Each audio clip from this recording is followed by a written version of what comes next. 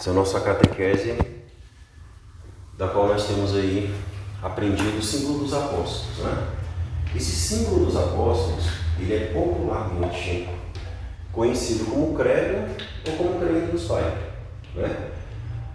Essa oração, ela é mais comum na nossa realidade, principalmente na celebração das Santas Missas, né? Quando nós estamos ali, por exemplo, depois da homilia do Padre, aí ele geralmente fala assim: fiquemos de pé para professar a nossa fé. Creio em Deus Pai, Todo-Poderoso, Criador do céu e da terra, e em Jesus Cristo, Senhor do Filho nosso Senhor. Né? Aí transcorre a própria oração. Então, o que acontece? Há um simbolismo litúrgico, né, para que haja aquele momento da qual a oração ela acontece. Né? Porque geralmente, se de repente esse bloco aqui estiver desconfortável, pode tirar a cadeira lá, tá? Às vezes vai a coluna, né? Para as costas, fica à vontade, tem a cadeira bem igual aqui. Por que geralmente essa profissão de fé, que também é uma forma de nós chamarmos de símbolo dos apóstolos, né? Pode ser chamado de 4 formas: símbolo dos apóstolos, profissão de fé, credo, que é uma forma mais, talvez seja um termo grego ou latim dizer creio, né? E também símbolo dos apóstolos, profissão de fé, credo ou creio em Deus Pai, é a forma mais popular, né? Então, o que essa oração ela representa ali naquele momento da missa? É exatamente o momento onde nós confirmamos aquilo que nós acreditamos enquanto a nossa realidade de fé.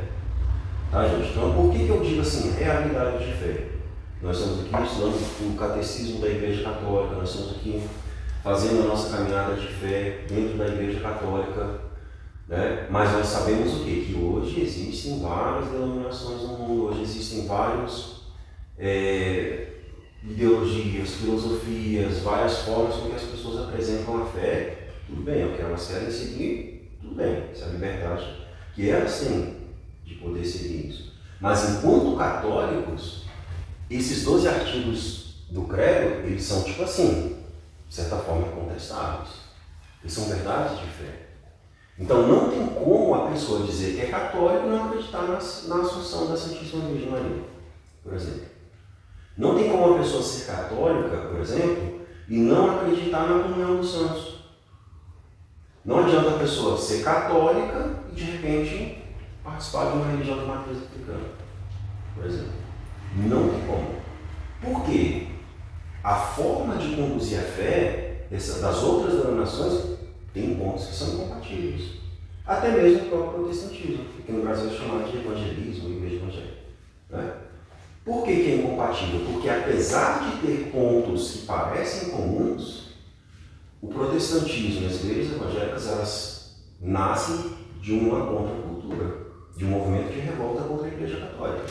Eram padres, eram católicos, né, que participavam da comunhão da igreja e de repente se revoltavam. Falaram: não, agora eu não quero mais estar submisso ao Papa, eu já não acredito mais nisso, que é aquelas famosas teses, 96 teses de Lutero. Então, se a gente perguntasse hoje, qual foi a primeira igreja cristã que surgiu no mundo? Foi a Igreja Católica. Eu acho que até já falei isso para vocês. Se a gente pegar do século I até o século XXI, sempre houve uma sucessão apostólica, sempre uma sucessão de papas. Né? Então esse é o primeiro ponto que nós temos para poder apresentar como a Igreja Católica. Ela é realmente a primeira igreja cristã, né? Enquanto instituição, enquanto denominação. Então, o que é o credo? Né? Primeiro é o símbolo dos apóstolos. Por quê? É uma forma como os apóstolos pegaram todas as verdades que eles aprenderam de nosso Senhor Jesus Cristo e fizeram o quê?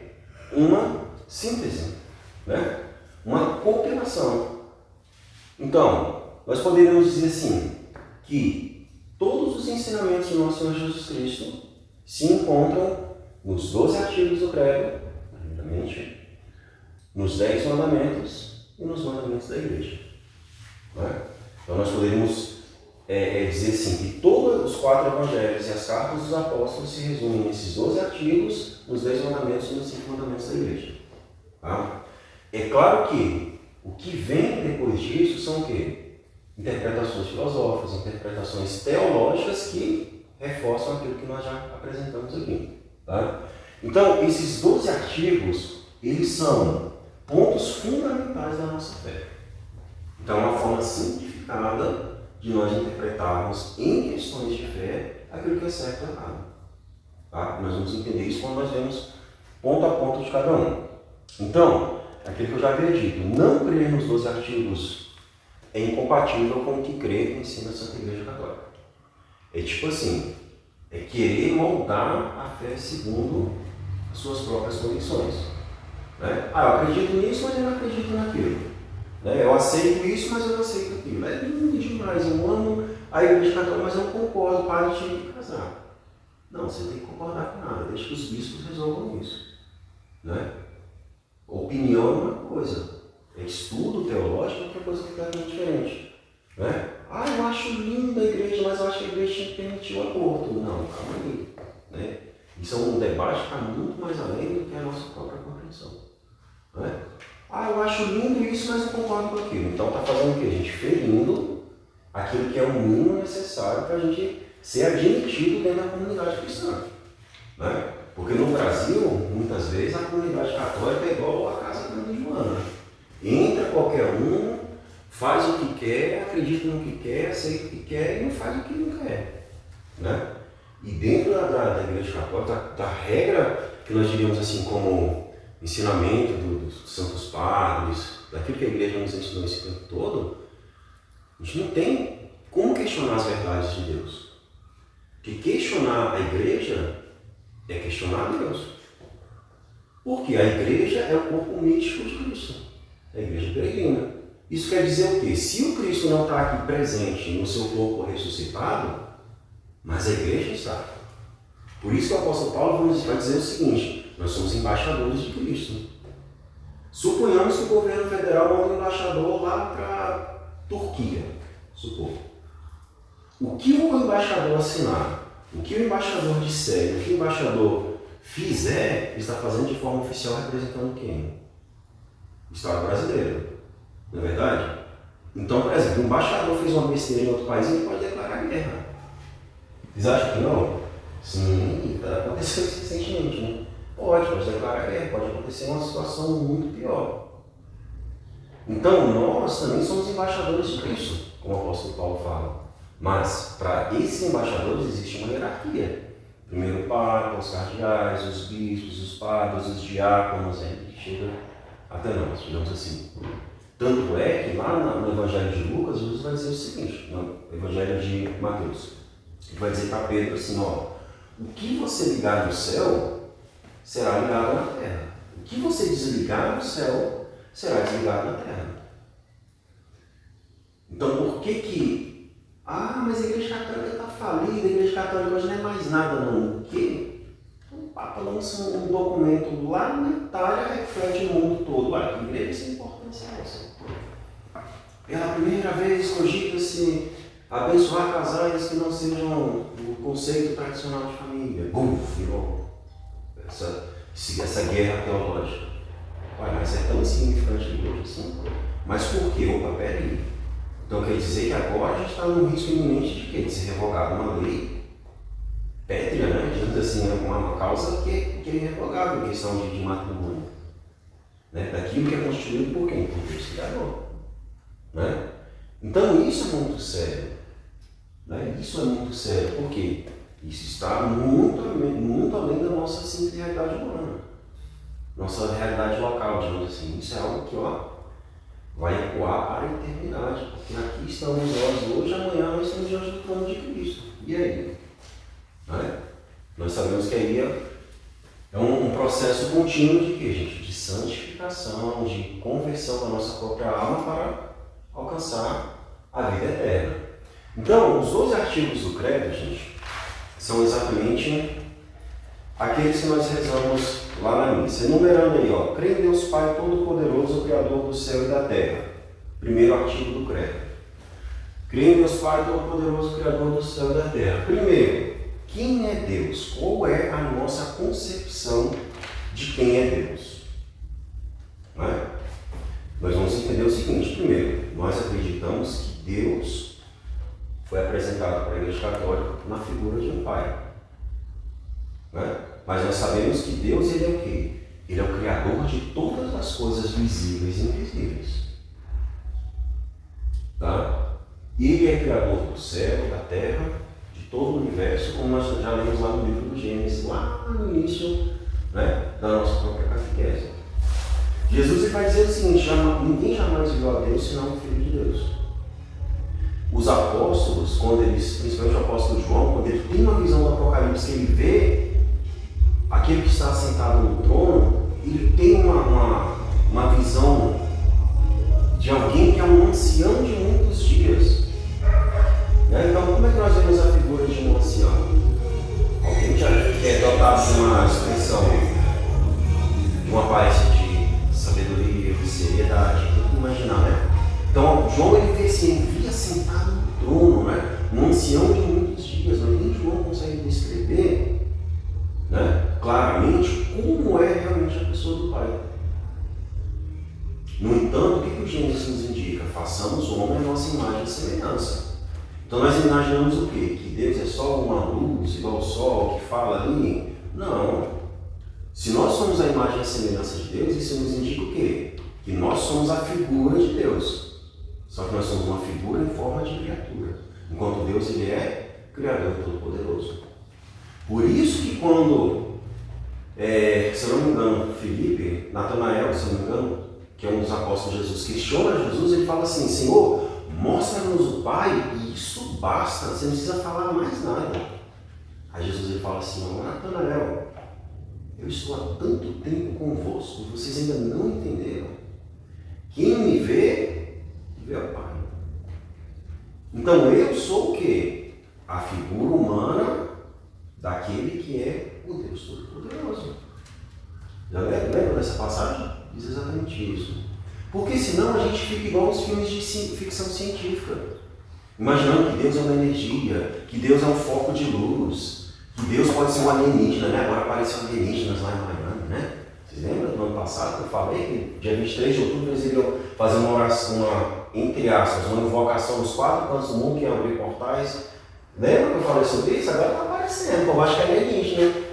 Não, foi no sul aí que você viu que uns gigantes apareceu, abriu a porta do inferno. Os alienígenas lá de 4 metros de altura. Abriu as portas do inferno, eu estou te falando, agora vai dar um trabalho para poder expulsar isso de novo. Vocês lembram que eu falei, vocês não sabem o estrago que isso aí vai dar. Então Deus ele é puríssimo em espírito, tá gente?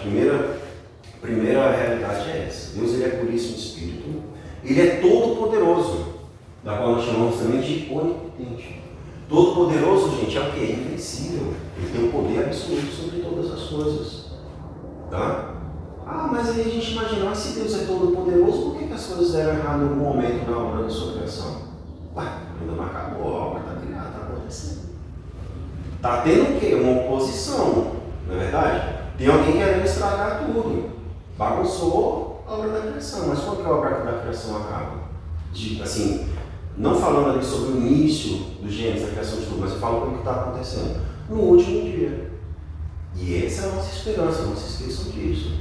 O que Jesus promete? Não, haverá um dia onde eu retornarei com o meu exército de anjos e porém fim a tudo isso. Vou me assentar no trono, vou julgar os vivos e os mortos, os anjos, os demônios, vou separar um do outro, que está pronto vai ser descartado no lago de fogo, e vamos seguir o curso da história como foi planejado lá no início. Né? Essa é a salvação. William, nós vamos ver como é que é essa história de salvação. Jesus veio ao mundo para nos salvar. Nos salvar de quê? Opa, peraí, Deus olhou e falou assim, tem uma coisa errada nisso que eu criei aqui, então preciso corrigir.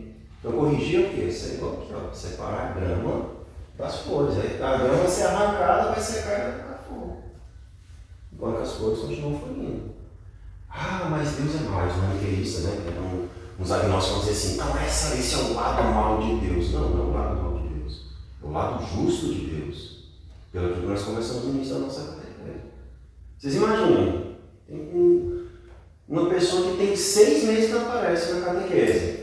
Chega no dia do crisma, tá lá ele bonitão lá. Vocês caem na catequese. Outros catequistas é injusto. A gente está aqui, todo domingo ralando para receber e o outro está recebendo a mesma coisa que nós. Não é injusto? E como é que fica o sentimento? Então não é maldade, é justiça. Agora, a forma como tem que punir, só Deus consegue mensurar o grau de maldade que foi gerado pelo pecado original e pela rebelião dos anjos. Nós temos, gente, lembre-se que nós somos uma fagulha entre 2 bilhões de pessoas no mundo. O negócio é que a gente tenta mensurar uma coisa que nós não temos capacidade. Nós não conseguimos perceber o tamanho da maldade do mal que foi gerado com o pecado original. Então Deus olha e fala, peraí, se o mal, é igual fala assim, né? A gente combate o inimigo na medida da proporção. Se o cara é forte, você tem que usar de força. Se é uma criança, tu só dá uma bronca. Né? Então Deus sabe a maldade que está no mundo. A gente sabe o poder que o inimigo de Deus, os inimigos de Deus têm, né? De causar a própria maldade. Então Deus, ele é por isso um espírito. E Deus, tá? Ele é também eterno. E por que eterno, gente? Exatamente porque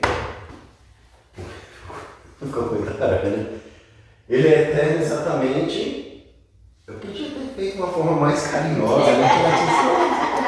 Aí, volta aí, pronto, desculpa. Você não tem medo de aranha, não? Ah, então desculpa aí, eu deixava subir você que ficar melhor. Não, brincadeira. Então Deus, ele é eterno porque, gente, ele sempre existiu, sempre existirá e não foi criado por ninguém. Vocês têm que imaginar o seguinte: a nossa inútil razão humana tenta conceber que forma que Deus foi criado. Não, Deus não foi criado, ele criou, ele passou a dar existência à nossa realidade. Deus estava aqui na eternidade. O que nós entendemos por eternidade? Aquilo que sempre existiu e sempre existirá. Nós vamos entender que o mundo, hoje, ele é mensurado em tempos, porque nós temos calendários, nós temos relógio, nós temos a realidade da morte. Então vocês imaginem, se Adão tivesse vivo até hoje, ele ia ser foi criado e está vivo até hoje, digamos assim, como é a nossa alma. Então Deus está lá na eternidade. Ele olha para a imensidão do universo e fala, vou criar um mundo. Que haja luz. O Big Bang, as pessoas falam, né? A igreja nega a teoria do Big Bang, não como os darwinistas, né? De certa forma, pregam. Mas alguém deve ter dado uma ordem para algo existir. Não tem como as coisas existirem, não. Tudo tem uma origem sobre uma origem, né? A partir do momento que o mundo é criado, nós temos uma concepção de dias e de noites. Mas Deus já existia aqui, gente, antes de que tudo fosse feito. Por isso ele é eterno. Ninguém criou Deus, mas Deus criou todas as coisas. A partir do momento que Deus cria o mundo ele vai fazendo o que, gente? Ó, ele vai girando, vai tendo dias e noites, as coisas vão acontecendo, vão sendo criadas. Só que a história da humanidade é que vai fazendo com que os fatos aconteçam e sejam narrados e comentados. Não é? Então o que acontece? Deus, ele continua aqui onde sempre esteve, ó, na eternidade. No entanto, o mundo, ele passa a ser criado a partir do momento que Deus determina que o mundo seja criado igual a nós. Quando nós somos criados? A partir do momento que há a concepção. Por que nós só temos, eu falei isso aqui semana passada, por que nós só temos a memória a partir do momento que nós somos concebidos? Tem algumas pessoas que lembram até de coisas que aconteceram no útero, sem traumas, né, da infância. Fora isso, a gente não lembra de mais nada. Não tem como lembrar, nós passamos a existir. Eu passei a existir no dia 2 de março de 1983. Será que Deus não tem um potinho de almas lá do lado dele e vai mandando? Aí já é um mistério que eu não sei, mas eu sei que aqui dentro da realidade do mundo, eu passei a existir no dia 2 de março de 1983. Daqui para frente eu vou lembrar o que existe, mas antes não tem como.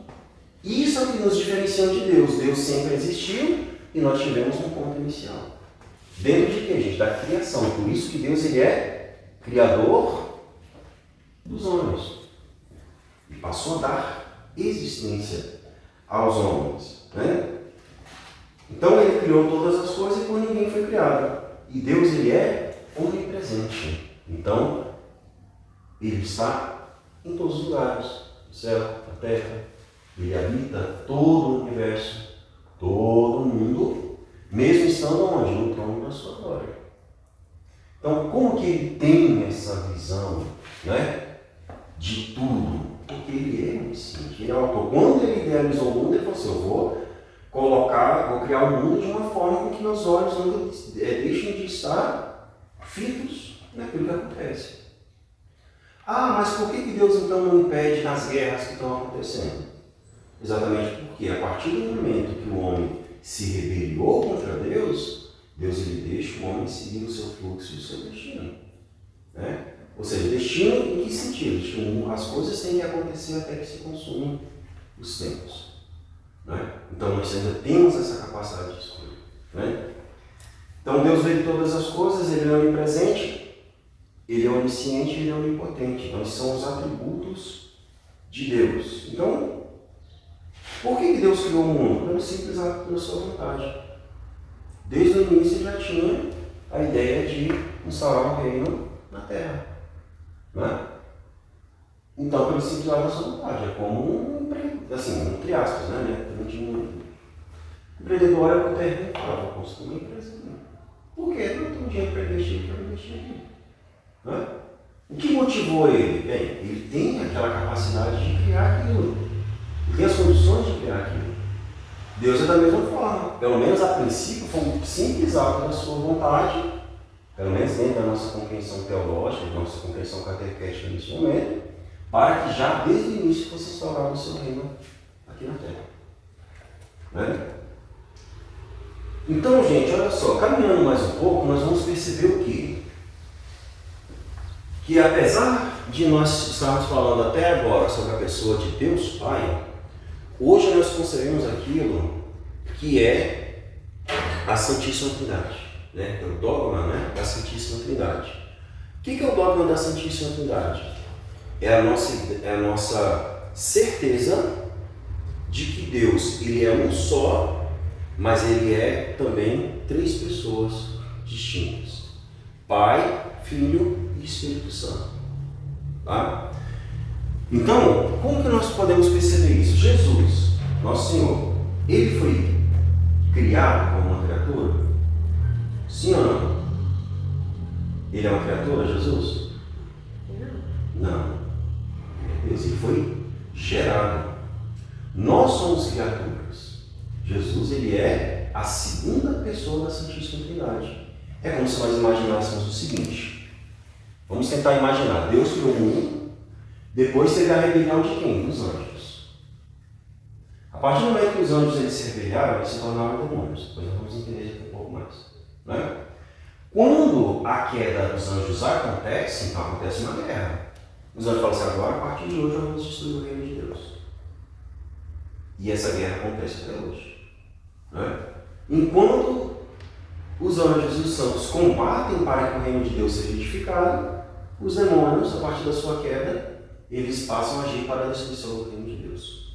Então, quando Adão cai, diz a queda de Adão quer dizer o quê? Quando ele cai no pecado, induzido por quem? Pela serpente.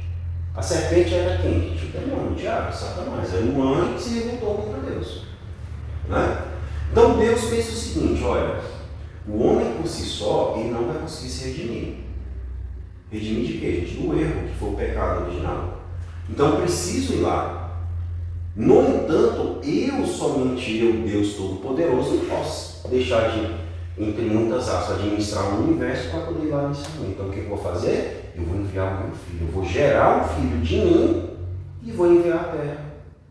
Então o que Deus fez? Ele, sendo onipotente, ele gerou o seu próprio filho, que é o nosso Senhor Jesus Cristo. É como se Deus, ele, tivesse aqui e ele pensasse assim, ele mesmo, dentro de si, criasse o seu próprio filho. Gerou. Está vendo que é uma simbologia simples? Jesus vai lá na terra. Olha, está vendo que a chama é a mesma? Jesus, ele sai do Pai e vem à terra.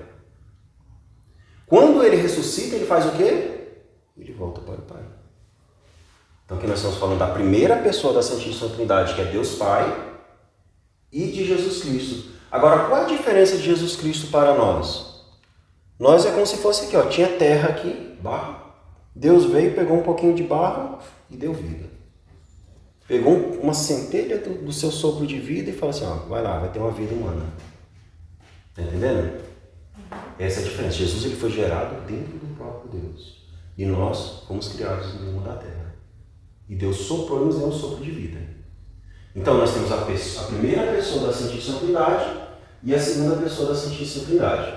Quando Jesus ele volta à direita do Pai Todo-Poderoso, ele está aqui. Aí Jesus fala, Pai, eu estou aqui e o Senhor está aqui. Quem vai ficar lá com meus apóstolos? Não tem como. Esse povo vai se perder e a igreja não vai se desenvolver. O inimigo vai vencer.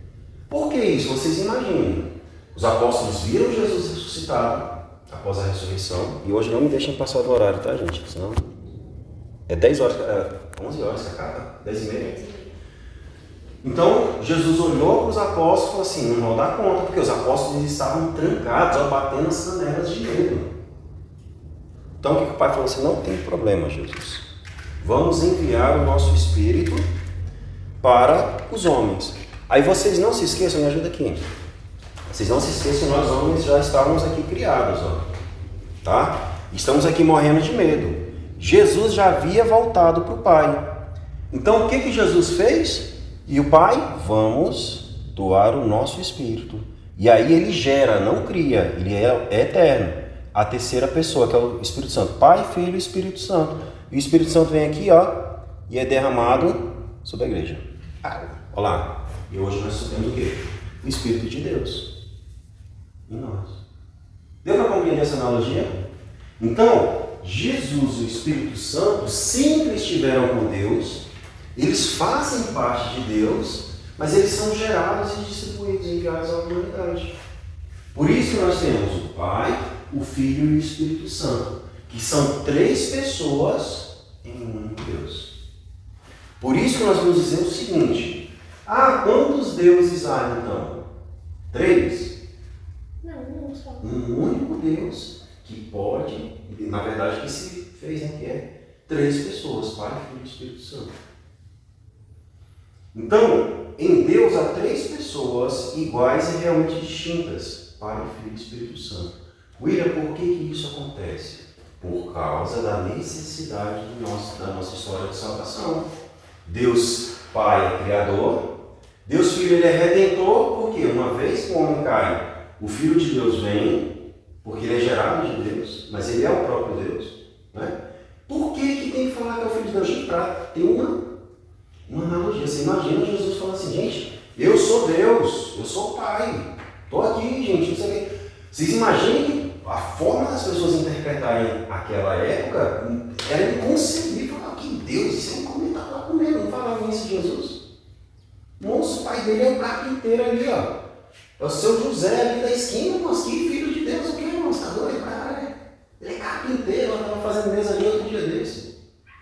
Né? Só que teve 30 anos de escondimento até se revelar aos homens. Deus, meu Deus do céu, o irmão dele lá, ó, maluco lá, aquele lá mesmo, irmão. Se hoje a gente fala assim, oxe, é doido, que bicho ali é o quê? Não sei nada. Conheci, ó, estudei com ele, se achando o todão aí, né? O pessoal fala assim, né? É o brabo nada, esse cara. Não é assim que os falam. Então vocês imaginam, então Jesus ele diz que eu sou o Filho de Deus. Para quê? Para que o povo judeu não deixasse de compreender que o Pai permanecia lá. Tanto é que nós temos alguns indícios disso. No batismo, quando Jesus ele sai das águas do batismo, há uma voz, olha só, como é que se manifesta essa santidade. O Espírito repousa sobre ele em forma de pomba, e uma voz do céu diz, este é meu Filho amado, ouvi-o. Não é? E ali o Evangelho vai narrar o que as pessoas pensavam. Foi um trovão de tão estrondoso que foi a voz de Deus. Aí você imagina, a onipotência de Deus se apresentando ao povo de uma forma assim, o povo caiu desesperado. Né? Moisés, quando viu a sarça ardente, ele não suportava olhar para a glória de Deus, então ele caiu no joelho, né? Com o rosto por terra. Né? Então só há um único Deus em 3 pessoas distintas, Pai, Filho e Espírito Santo. Então nós adoramos as 3 pessoas em igualdade. Por quê? Mas o Pai é maior? Porque gerou, mas gerou a si próprio, que é o seu Filho. Tá? Então esse mistério se chama mistério da Santíssima Trindade. Então a primeira pessoa é o Pai, a segunda pessoa é o Filho, a terceira pessoa o Espírito Santo. Deus é Pai, Deus Filho e Deus Espírito Santo. Tá? Não são 3 pessoas, não são 3 deuses, tá, gente? São 3 pessoas distintas em um só Deus. As três têm a mesma natureza, porque são gerados do mesmo Deus. Onipotente, único Deus. Está aqui, ó. Por que a mesma natureza? Esse fogo é o quê? Se dividiu em três, mas ele deixou de ser chama? Não. Deixou de ser fogo, então ele não perdeu a sua natureza, a sua essência. O fogo continua fogo. Então Deus, mesmo tendo se feito em três, não deixou de ser Deus. Porque é Ele mesmo. Certo? Depois, gente, vamos lá. Então as mesmas três pessoas são da mesma natureza, o mesmo poder e a mesma sabedoria. O Pai não existiu antes do Filho e o Filho não existiu antes do Espírito Santo. Mas todos eram um com Deus que foram gerados de acordo com a circunstância com que a humanidade precisava. No início a criação, depois a redenção, e hoje Deus se faz presente no meio de nós de forma muito mais presente por meio do Espírito Santo para a nossa santificação. Por isso o Espírito Santo ele vai nos inspirando. Né? Lá os apóstolos estavam trancados, daqui a pouco foi o Pentecostes. Né? E aí todos ficam cheios do Espírito Santo. Né? Então, depois que nós temos essa compreensão, nós vamos entender o seguinte, que Deus é também o Criador dos anjos. Tá? Assim como Deus é Espírito, os anjos também são seres espirituais.